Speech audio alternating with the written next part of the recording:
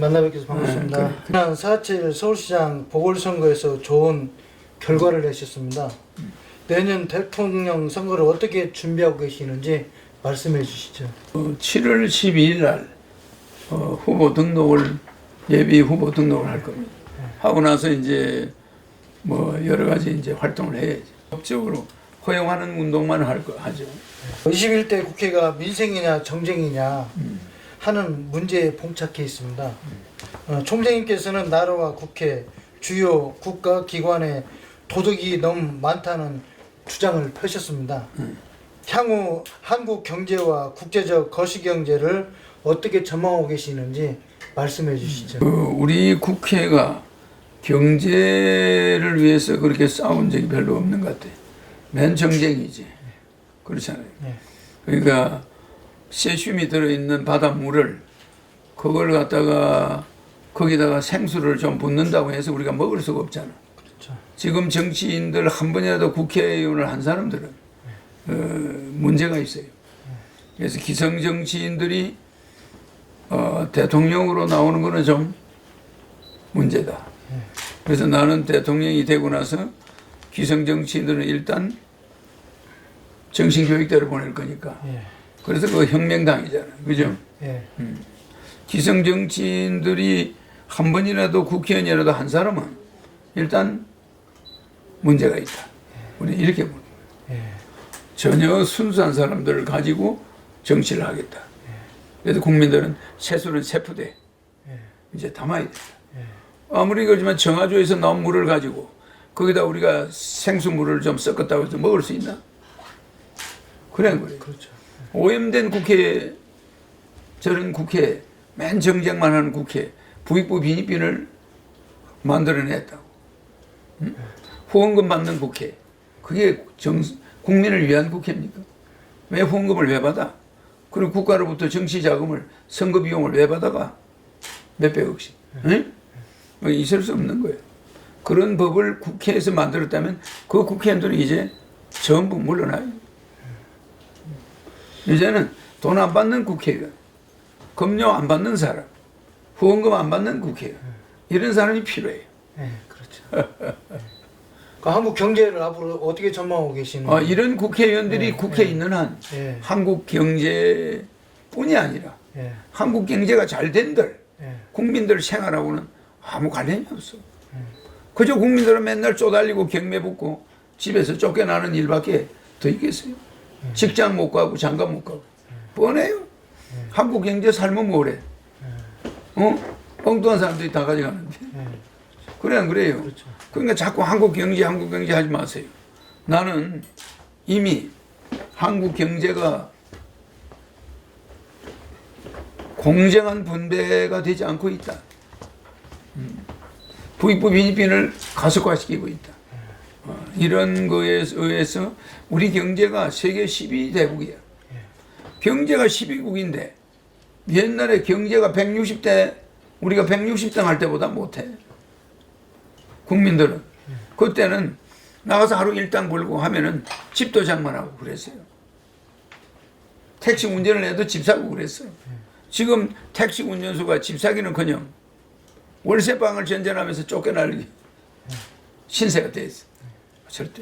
절대 간단하게 보지 마세요. 너무 가난한 사람은 너무 가난하게 만들어 버렸어요. 상대적 빈곤, 상대적 박탈감, 세계 최고로 높아요. 그래서 국회가 부익부 빈익빈을 만들었기 때문에 나는 거기에 대해서 심판하겠다. 이겁니다. 특히 부동산 문제와 소비자 물가가 급상승하고 있습니다. 이에 대해서 어떻게 생각하시는지 말씀해 주시죠. 부동산이나 부동산도 국가가 개입하면 안 돼요. 부동산은 자율시장에 맡겨야 돼요. 그것도 실패했어요. 여러 가지 이 정치인들이 한 경제가 그 바닥부터가 잘못됐는데 뭘 기대하겠어요. 아니 세계 1위 경제대국이 되면 뭐래. 국민들한테 아무 혜택이 안 들어오는. 그러니까 나는 그거 한국 경제예요. 허경영 아니면 살릴 수 없다. 허경영 아니면 한국 경제는 못 산다. 나는 이렇게 보는 사람. 현재 저 여당이나 야당에서 국가혁명당 허경영 총장님께서 내놓으신 3.3 정책을 저 베껴가지고 사용하고 있다. 다음 대통령 선거에서 허경영 총재를 청와대로 반드시 들어가게 해야 된다. 그런 이야기들이 많이 지금 돌고 있거든요. 이 부분에서 말씀 한번 해주시죠. 이 우리가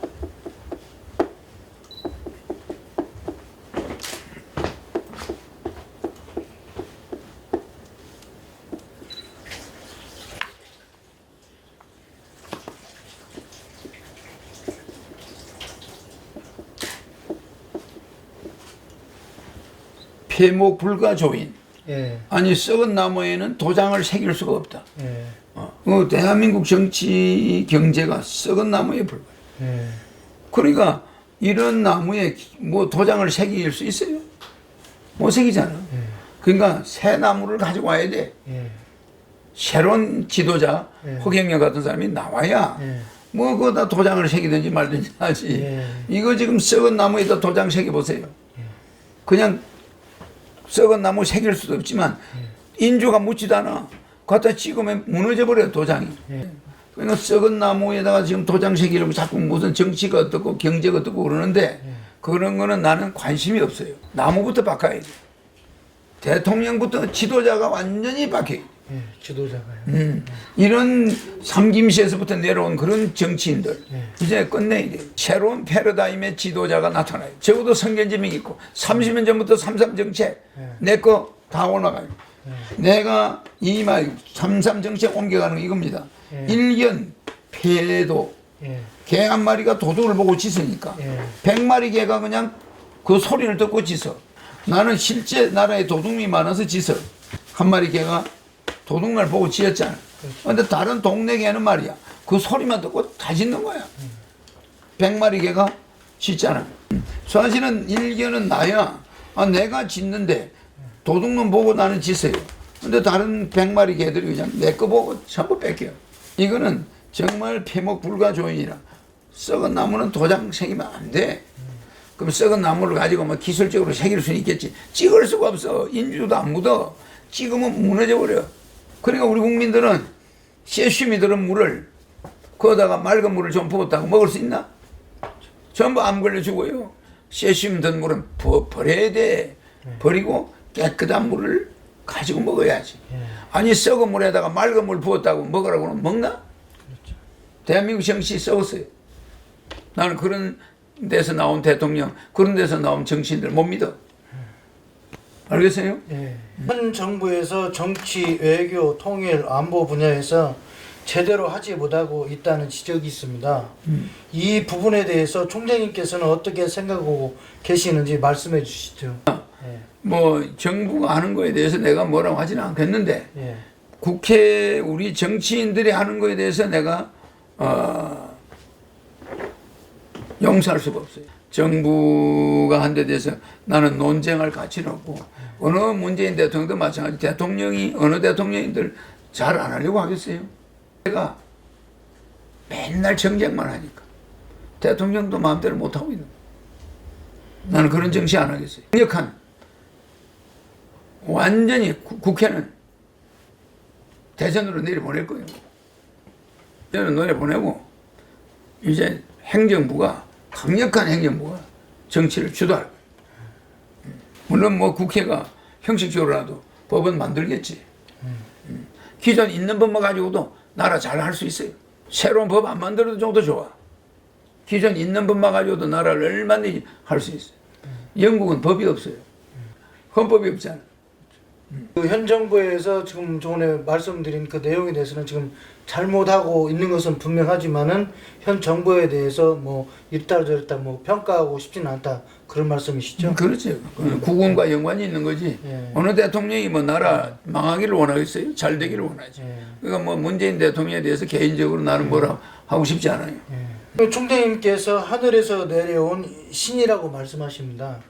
그런데 이 피조물인 인간이 어떻게 신이 될 수 있는가라는 문제가 제기가 되고 있습니다. 대해서 TV를 시청하시는 분들이 이해할 수 있게 말씀을 해주십시오. 그런 거는 내가 뭐 신인이다 이런 거는 우리 국민이 지금 기다리는 게 예. 저런 보통 인간들 가지고는 이 난세를 구할 수가 없어요. 예. 그래서 나는 예정돼 있다.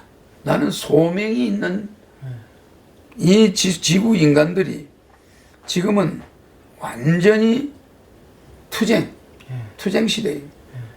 이 투쟁 시대를 평화 시대로 바꾸겠다는 거예요. 지금 이스라엘하고 팔레스타인이 싸우는 거 보세요. 이 사람들은 지금 뭐 하는 사람들이냐? 완전히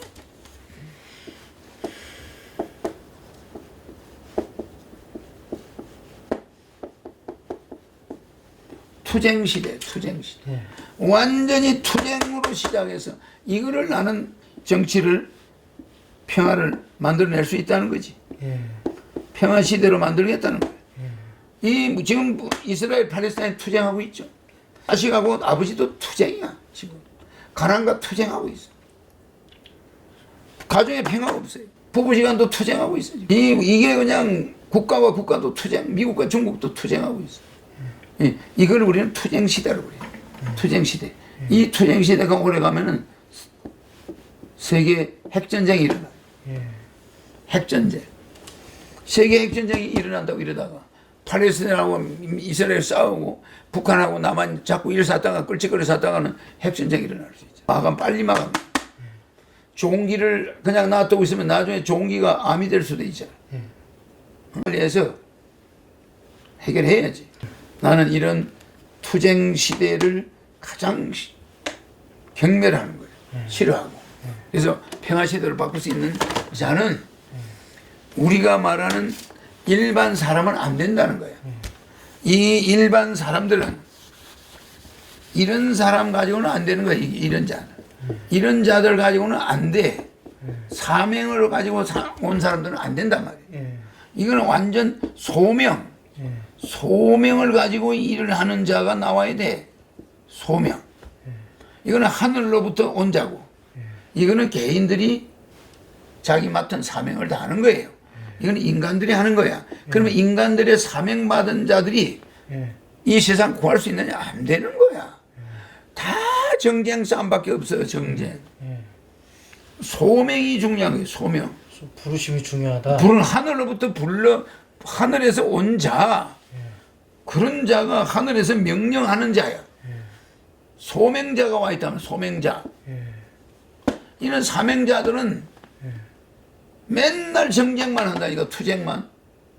소명자가 올 수밖에 없잖아. 그래서 이스라엘이 위험할 때 뭐 어떤 지도자가 나오니까 그 자가 로마를 멸망시킬 수 있는 자다 이러고 희망을 했지. 그때 그냥 가서 돌아갔잖아. 마찬가지로 우리나라도 기성 정치인에서 우리나라를 미국이나 중국에서 구할 만한 인물이 있냐? 하늘에서 온 소명자가 아니고는, 신인이 아니고는 안 돼요. 이건희 쓰러진다. 닷새 만에. 맞았죠. 박근혜 6가지로 탄핵된다. 쫓겨난다. 선거 때 그랬어. 다 맞아 안 맞아. 그죠? 그러니까 소명자는 미래를 알지만 사명자들은 자기 월급 몇 푼 받기 위해서 그 월급쟁이 사명, 그거 그냥 쫓아다니는 거예요. 그거. 사명자들로서 이 세상이 전쟁받아 전쟁으로 가고 있어. 그 사명자들. 대통령도 사명을 받은 자지. 이스라엘 대통령도. 근데 그 사명자들 가지고는 안 돼. 전쟁이야 그냥. 왜? 자기가 다음 대통령 또 나가려면은 팔레스타인한테 폭격을 해야 강력한 대통령이다. 이래가지고 또 그 사람을 찍어주니까. 거기서 조금만 밀리면은 저 겁쟁이다. 근데 소명자는 쳐들어가지도 않으면서 국민들한테 표도 의식 안 하면서 기술적으로 해결하는 자예요. 그래서 우리 한반도는 약 작은 나라이기 때문에 한라산이 소명자가 내가 1950년생인데 한라산 높이가 1950m야. 그 한라산이 한자가 강대구, 나자가 나파해라. 강대구를 나파하라. 뭐 이런 이름이잖아. 그러니까 한라산, 백두산은 한민족이 세계에서 최고 우두머리다. 흰 백자 머리 두자. 그러니까 한라산과 백두산이 소명자에게 예정이 돼 있는 거예요. 한반도는 소명자가 온다. 그 자가 하늘에서 온다. 그리고 하늘에서 온 게 그렇게 배 아파요? 일본은 천황이 하늘에서 왔다는데 우리는 뭐 그런 사람이 없노? 우리는 일본 천황보다 더 높은 사람이 나와야 일본과 중국이나 미국을 잡고 흔들어.